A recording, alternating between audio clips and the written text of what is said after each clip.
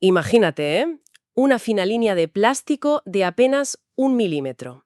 Una simple costura de molde que, bueno, se te ha olvidado lijar en tu maqueta. Uf, el terror de cualquier modelista. Tal cual. Pues resulta que esa línea, en el mundo real, equivale a una viga de acero macizo atravesando el cañón de un tanque histórico. Una aberración total de ingeniería. Una barbaridad, sí. Pues con esta imagen arrancamos. Hoy hacemos una inmersión profunda en el ensayo titulado Maestría o complacencia, el dilema del modelista moderno. Y nuestra misión hoy es utilizar este mundo tan obsesivo, tan minucioso del modelismo a escala, Que lo es, vaya que sí lo es. ya te digo, pues usarlo para descubrir cómo la mente humana pasa de simplemente matar el tiempo a alcanzar una maestría técnica absoluta. Eso es. Porque, a ver, para quien nos escucha, que quede claro que no estamos aquí para hablar de pegar trozos de plástico sin más. No, no, para nada. Estamos aquí para diseccionar la psicología del aprendizaje, la resiliencia mental y, sobre todo, esa barrera filosófica entre simplemente pasar el rato y dominar un oficio de verdad. Y fíjate que es una lente perfecta, porque expone una de las mayores trampas que tenemos en la cultura contemporánea. Tendemos a pensar que cualquier actividad que hacemos fuera del horario laboral es, por definición, un simple descanso. Claro. Agrupamos todo bajo esa etiqueta tan inofensiva de hobby, y bueno, eso genera un problema tremendo de expectativas. Exacto. El ensayo argumenta que la propia palabra hobby se ha convertido en una especie de cajón desastre gigantesco que iguala cosas que, sinceramente, no tienen nada que ver. Ya. O sea, hoy llamamos hobby a hacer scroll pasivo en redes sociales, a coleccionar imanes de nevera o a pasarse, no sé, 6 meses reconstruyendo la maniobra de aparejos de un galeón del siglo XVIII. Qué locura. Es que estamos igualando el consumo pasivo con la creación rigurosa. Y el texto señala que esto es un error de categoría bastante peligroso para nuestra propia mente. Totalmente. Además, fíjate en la paradoja que plantea el autor. Nunca en la historia hemos tenido tanto acceso a materiales de alta gama. ¿Es verdad? Hoy en día, cualquiera puede comprar un kit de alta ingeniería, resinas impresas en 3D o un aerógrafo profesional con un solo clic. Y sin embargo, esa democratización del acceso no ha elevado automáticamente la calidad del trabajo. Curioso, ¿no? Al contrario, bajo la excusa de esta inclusión absoluta y del lema de, bueno, lo importante es participar y divertirse, pues se ha normalizado una falta de autocrítica asombrosa a la hora de aprender. Claro, porque resulta socialmente muy incómodo sugerirle a alguien que algo está mal ejecutado cuando te dice, oye, que lo hago en mi tiempo libre. Exacto. Vale, vamos a desgranar esto. Para entenderlo bien, el ensayo se apoya en unos conceptos sociológicos que separan las aguas clarísimamente. Sí, los de Neilinger y Steppins. Eso es. Por un lado, menciona lo que el sociólogo John Neilinger definió como ocio homeostático, que es el simple pasatiempo. Ujú. La meta aquí es literalmente mantener el equilibrio mental evitando cualquier tipo de tensión. Es pura evasión. O sea, si cometes un error pegando el tren de aterrizaje de un avión, te da igual. Porque intentar arreglarlo te frustraría y rompería tu burbuja de relajación, claro. Exactamente. Y bueno, luego en el extremo opuesto está lo que el investigador Robert Stebbins clasifica como ocio serio.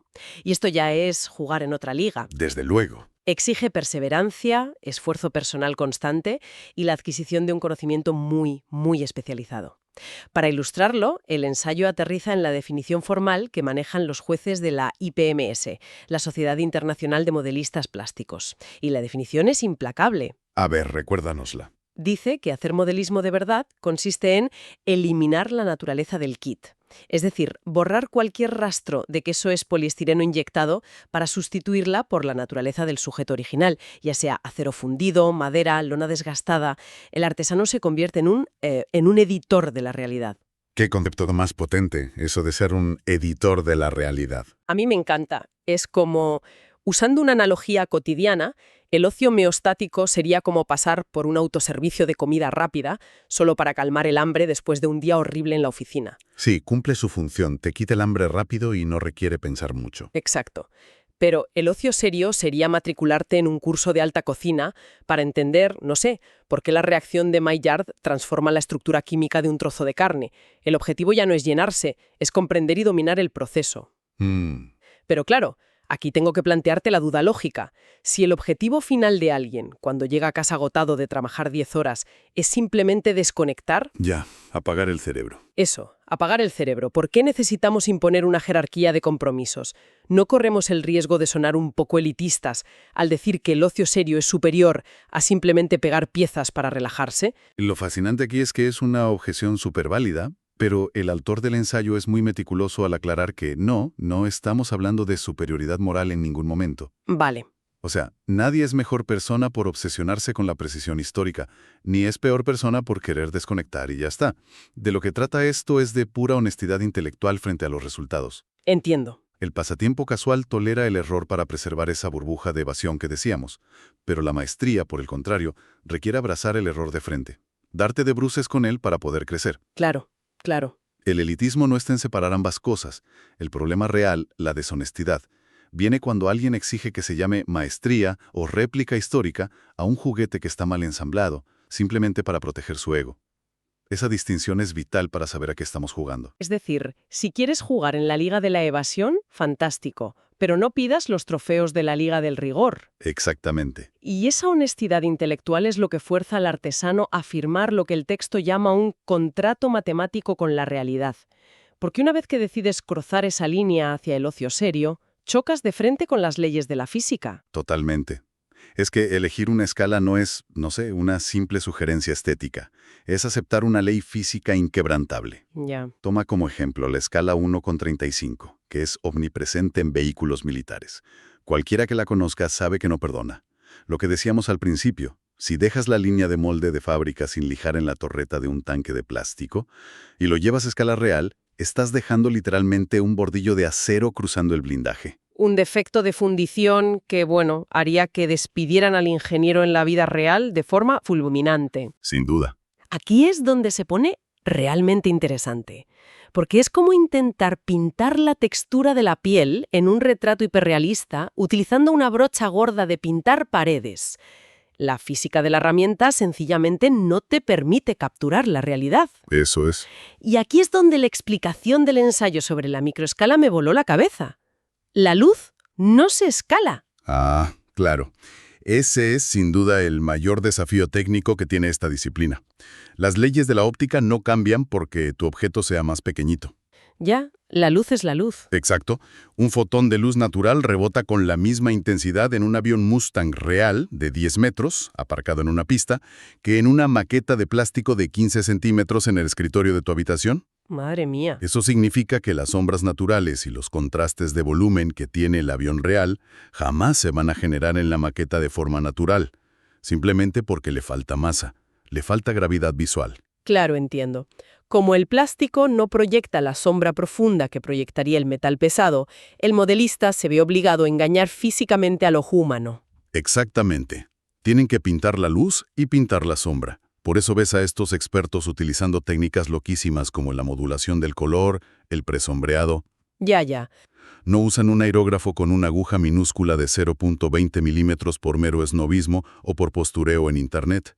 Lo usan porque necesitan pulverizar capas de tinta microscópicas súper translúcidas para simular un volumen que la naturaleza se niega a darles a esa escala. Claro, es una respuesta científica. Totalmente, basada en la óptica, para vencer esa bidimensionalidad del plástico. Pero claro, a ver, si la física exige este nivel de engaño óptico y el uso de aerógrafos de precisión, barnices bicomponentes y toda una farmacia de productos químicos que tienen en la mesa. Parece en laboratorio, sí. Sí.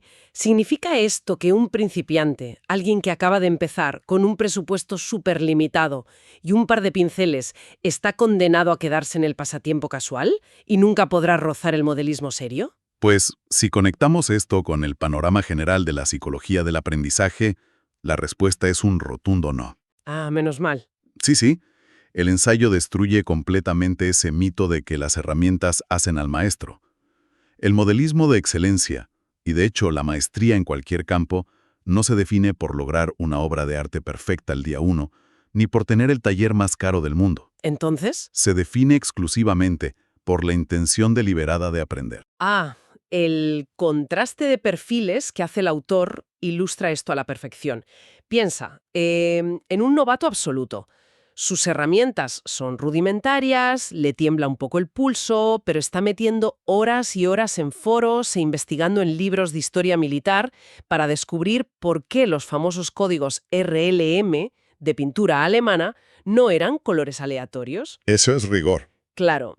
Ese novato investiga y descubre que a finales de la guerra Alemania tenía escasez de componentes químicos y por eso los verdes y marrones de los aviones se decoloraban de una forma súper específica con la luz ultravioleta. ¿Qué nivel de detalle? Pues ese nivel de investigación, para intentar replicar el desgaste químico, aunque luego con el pincel le salga un poco torcido, ya es modelismo serio. La actitud técnica está ahí presente. Tal cual. Y contrástalo con el otro perfil, el del veterano complaciente. Esa persona que lleva 30 años en el mundillo, que tiene un taller de miles de euros en casa, Sí. pero que coge las piezas, las saca de la caja, las pega sin lijar y las pinta de un verde genérico pasando olímpicamente de la realidad histórica. Y se excusa diciendo, no, si yo solo busco pasar el rato. Ya, se acomoda. Técnicamente, ese veterano ha retrocedido al nivel más básico del pasatiempo. La complacencia se ha comido toda su capacidad de progreso. Vale. Entiendo perfectamente que la actitud y la intención son la base de todo. Pero, ¿qué significa todo esto a largo plazo? Porque, ¿cómo evita ese novato entusiasta estancarse una vez que ya domina las 4 cosas básicas? Claro. Porque es facilísimo acomodarse cuando ya sabes hacer algo medianamente bien, ¿no? Ahí es donde entra la investigación del psicólogo K. Anders Ericsson sobre la práctica deliberada. Cuéntame. La verdadera experiencia no se consigue solo por repetición. O sea, no sirve de nada montar 50 aviones seguidos haciendo exactamente lo mismo de siempre. Estás repitiendo el mismo año de experiencia 50 veces. Exacto, muy bien dicho. La práctica deliberada en la mesa de trabajo significa decir, vale, en esta maqueta voy a aprender a usar óleos para simular las fugas de grasa del motor y asumo el riesgo de arruinar por completo la pintura base que me ha costado 3 días aplicar. ¡Uf, qué dolor! Ya, pero es la voluntad consciente de salir de tu zona de confort y destruir tu propio trabajo si hace falta para desbloquear una técnica nueva. O sea, externalizan el fracaso.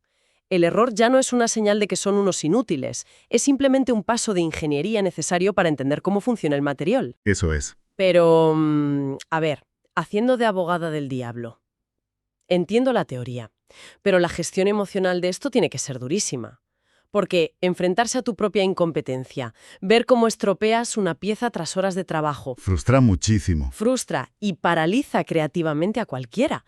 ¿Cómo logra esta gente transformar esa autocrítica tan feroz en una ventaja competitiva permanente? Pues lo logran accediendo a lo que Mihaly Csikszentmihalyi bautizó como el estado de flujo. Ah, el famoso estado de flow. Sí, verás, la satisfacción profunda, la que de verdad te llena y perdura, no surge de la comodidad del sofá. Surge cuando tus habilidades actuales se tensan al máximo para superar un desafío que es tangible y difícil. Ya. Cuando el modelista está ahí con la lupa, aguantando la respiración para trazar el marco minúsculo de una cabina transparente, Sin temblar. sin temblar, el tiempo desaparece. La ansiedad desaparece. Y ese estado de inmersión total transforma la autocrítica en un simple diagnóstico técnico. Logran separar su ego de la pieza de plástico. Fíjate qué importante es eso. Separar tu valía personal del resultado material. Un fallo en la pintura ya no significa soy un torpe. Significa, oye, la disolución del barniz no era la correcta, mañana ajusto la presión del compresor y listo. Exacto. Despersonalicen el error. Eso cambia las reglas del juego por completo. Pero claro, esa resiliencia mental tan bien gestionada en la soledad de tu cuarto choca violentamente contra la realidad en el momento en que coges tu modelo terminado, le haces una foto y lo muestras al mundo. ¡Ay, el mundo exterior! Sí. Y aquí entramos en la que me parece la sección más incisiva y quizás polémica del ensayo. La sociología del recato. Ese acuerdo tácito, ese pacto de no agresión que ha colonizado casi todos los foros y redes sociales. Históricamente, las comunidades de artesanos eran sitios de debate súper riguroso y a veces hasta brutal. Te decían las cosas a la cara. Tal cual. Pero hoy, la crítica constructiva técnica ha sido barrida y sustituida por un torrente de halagos sociales vacíos, todo bajo la excusa sagrada de no herir sensibilidades. Es la tiranía de la positividad tóxica de manual. O sea, alguien sube una foto de un vehículo histórico con las orugas puestas al revés o con un camuflaje que desafía las leyes de la física y la sección de comentarios Se llena de emojis, de fueguitos y mensajes de «eres un maestro», «trabajo impecable». Y el ensayo nos advierte que esta dinámica es puro veneno para la disciplina. Y por partida doble. A ver. Por un lado, al veterano le roba el estímulo. Porque si la comunidad te aplaude exactamente igual un trabajo mediocre que uno excepcional, ¿para qué te vas a molestar en innovar? Lógico. Y por otro lado, al novato lo encierra en una cámara de eco de falsa maestría. Le hace creer que ya ha conquistado el Everest cuando ni siquiera se ha puesto las botas de escalar. Es un daño tremendo al crecimiento técnico real. Y siendo honestos, y admitiendo los grises de esta situación, el texto menciona que esta cultura del halago ha permeado tanto que incluso a los jueces más veteranos de concursos oficiales les cuesta hoy en día dar un veredicto puramente técnico, por miedo a sufrir una campaña de acoso o cancelación en los foros. Totalmente. Esto plantea una pregunta importante, y es que el problema central, según el autor, radica en nuestra incapacidad moderna para diferenciar los contextos de validación. Tenemos dos mundos operando con normas completamente opuestas. Sí, la distinción que hace el texto es vital, porque por un lado tenemos las redes sociales y los grupos de WhatsApp con amigos. Ahí la moneda de cambio es el apoyo emocional. Exacto. Es como, no sé, prepararle la cena a tu madre. Da igual si el pescado te ha quedado un poco seco o la salsa se te ha cortado. Te va a decir que eres el mejor chef del mundo, porque el contexto es afectivo. Claro. Y oye, eso tiene su utilidad. Cuando estás empezando, necesitas esa palmadita en la espalda para no tirar la toalla. Es una analogía súper precisa. Pero luego existe el segundo contexto, la arena de la competición oficial o la evaluación técnica de verdad. En ese terreno, el recato social tiene que quedarse en la puerta. Ya te digo. Tu obra ahí se somete a una auditoría microscópica de fidelidad histórica, rigor físico y pulcritud.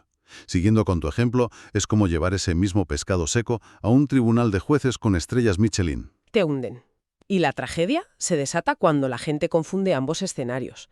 El ensayo recalca muchísimo que no hay ningún problema ético en montar una maqueta de forma relajada y descuidada un domingo lluvioso en tu casa. Ninguno. El error garrafal, el choque de trenes monumental, ocurre cuando decides presentar ese modelo que has construido bajo las reglas del ocio evasivo en un certamen técnico, y luego te ofendes profundamente porque los jueces no te dan una medalla basándose en la excelencia. ¿Dónde están exponiendo su trabajo? Eso es. Si buscas validación emocional y un rato agradable, oye, quédate en el circuito de las redes sociales.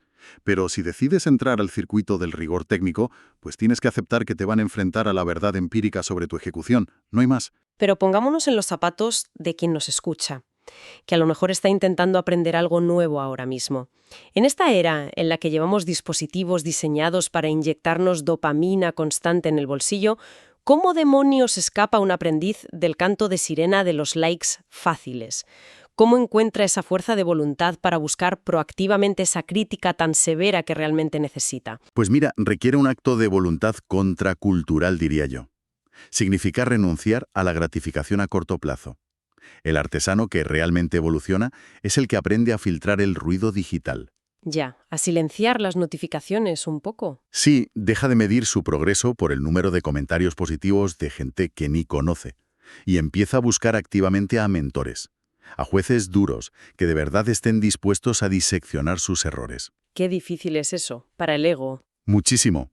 Pero entienden y asimilan que el halago constante es un anestésico para el talento, mientras que la crítica técnica, por mucho que escueza en el momento, ¿Qué escuece? vaya que sí, pues es el único mapa topográfico válido para escalar hacia la maestría. Vaya recorrido hemos hecho hoy analizando este ensayo. Si destilamos todo esto a su esencia, la conclusión es súper clara.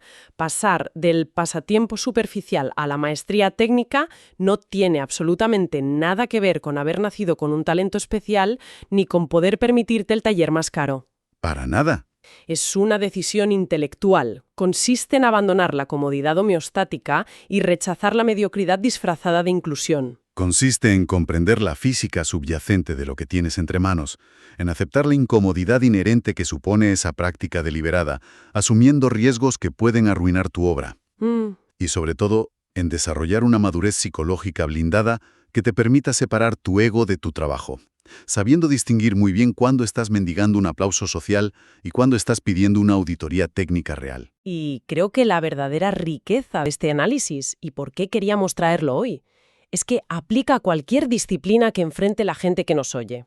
A cualquiera, ¿sí? Si estás aprendiendo a programar en un nuevo lenguaje, si estás intentando dominar la acuarela o si te enfrentas al reto de liderar un equipo de personas por primera vez.